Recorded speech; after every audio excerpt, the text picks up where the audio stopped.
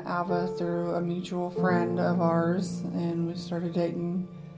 And we got married May of 2008, and we got custody of his son. He lived with us for a while, and everything was going good. You know, as I got older, I kind of had that feeling I wanted to get back in church. I wanted to start doing things like God wanted me to do, and I talked to my mom, and she wanted to start going to church too, so we kind of looked around for a church to go to that we felt comfortable in. Of course, I had a job where I was always working on Sundays. There were times they'd let me out early. When I get out early, she'd ask me if I wanted to go, and I'd tell her no. I had enough time as a kid in church, not going. I would sometimes be off work, and I knew that he was pushed to go when he was younger and didn't want to go, but when he was off work, I'd just say, hey, you want to go with Jocelyn out of church? And he's like, no. And I knew that I couldn't force him to go. That was just going to be wrong. It's him that needs to go. In his heart, he needs to be the one that wants to go. I can't make him go. So that I just leave it at that. He tell me no, and I just keep trying. That's all I can do. Keep praying for him and asking him if he wants to go. I'd bought a bike. I'd had a bike probably a year and a half or so, and her and her mom became members of the CMA, and she found out about this ride called Run for the Sun. Wanted us to go on it. I said, yeah, fine, we'll go on it. So we go on it, end up in Connorsville at the biker church in Connorsville. Really good fellowship, really good people.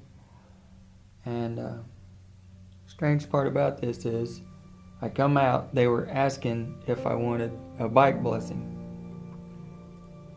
And I keep thinking about this over and over all the time. Had I said yeah and took the bike blessing, none of the rest of this would ever happen, because it would have thrown the timing off. But me being the hardhead I said, no, it's my cousin's bike, so I'll wait till I get my bike up here. Because my bike had bald tires. My cousin let me borrow his for this ride. We were on State Road 9 heading north, and we get close to the intersection of 350 south, and I can see this car coming from my left.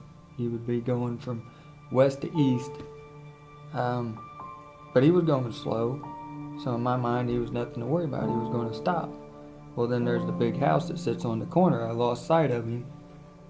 And my wife, Amanda, at the time, had said something, and I kind of turned to hear her better.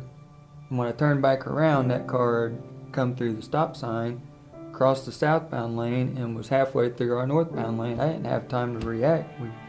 We hit him. We're doing 60 mile an hour.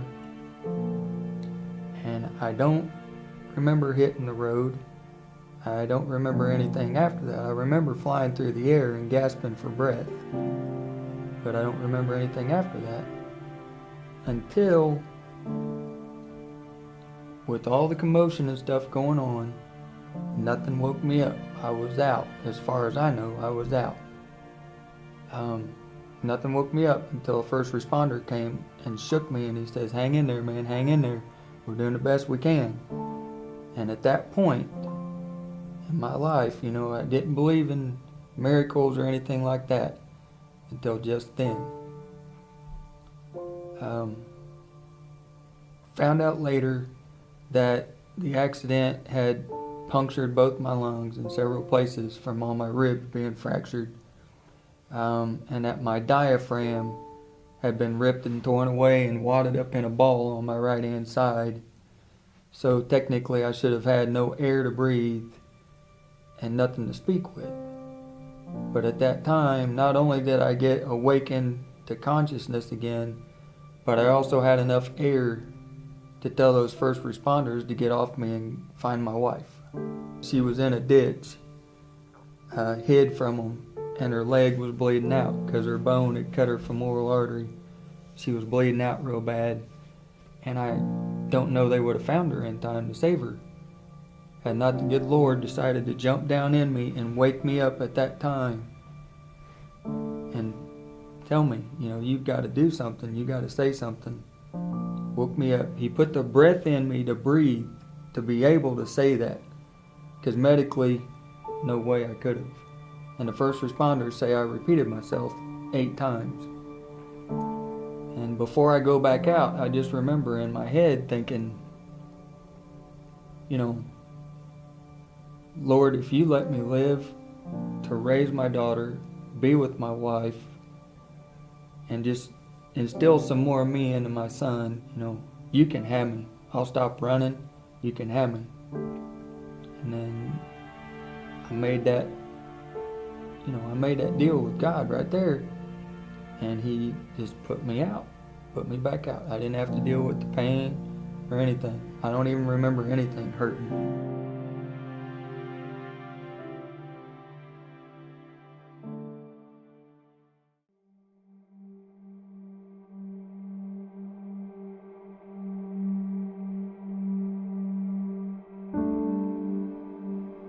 They had me in a coma for 31 days. I woke up, I looked around. This was at about 2:15 in the morning. I remember looking at the clock. Looked around, and I'm thinking in my head, well, this isn't hell. Where I should be, this isn't hell. The first thing I did after I realized and got my bearings on where I was and what was happening, that's when I prayed right there in my hospital bed, like I never had before, and I got right with God. I had to hold up my end of the deal. God had already saved me like I had needed. And to me, that was the best thing I could ever do. I did that, and the uneasiness and everything I was feeling laying there, it all went away. And I just kind of had this real warm feeling just rush down on my body. And I knew everything was going to be okay. I didn't have a clue how rough it was going to be, but I knew it was going to be okay. I don't know how long I was out, probably a week or so. I woke up and they got me off the ventilator. And I found out that he was, what was wrong with him, and just kept praying. And, we had tons of people, tons of prayers all over the world. Prayer chains started, and, the power of prayer is crazy. That it's amazing how many people were praying for us and what, the power of prayer and God can do. And after I left there, I went to RHI, which is a rehab hospital, to learn how to walk again. And I was there for 2.5 weeks, I think. And it was while I was there, Alva was still on the ventilator, so he couldn't talk. But he was kind of awake enough to be able to write, and he would write notes back and forth to different people. And Mom would bring the notes over for me to look at and see, what he's writing and stuff like that. And I noticed on one of the notes it wrote that he told Jesus he can have him. And I seen that, and I showed it to Mom, and of course I started crying. And that's what I had been praying for so long. And and I hate that it took something like this to wake him up, but I say, other than us living, that was the best thing that can come of it, is the fact that he got saved and he accepted Christ, and he realized that, he has to have Christ in his life if he wants to live right and, be with us and have eternal life. I woke up to find out that they had to take almost all of my organs that I can live without. They had to take. They took my spleen, they took out my gallbladder, 75% of my pancreas, 2 feet of my colon, and my left kidney. I'm without all that right now. And by the graces of God, even with only the tip of my pancreas left, I'm still not diabetic. And that's another thing I got to be really grateful for. God saw fit to make it so I'm not diabetic on top of the other things that are still going on with me. I suffered a busted elbow, busted kneecap on my left leg. Both bones were shattered in my left leg. In the waiting room, he came out and he told everyone in there that I was within the top 3 trauma victims he'd ever had to work on in 13 years of being there. And that he had no clue how to put me back together. He didn't even know where to start. He had to call people in on their days off. They sat around a table, I don't know for how many hours, but they had to figure me out piece by piece. A lot of pieces of me were stashed in a freezer until they figured out what to do with them. You know, by all means and purposes, I really shouldn't be alive.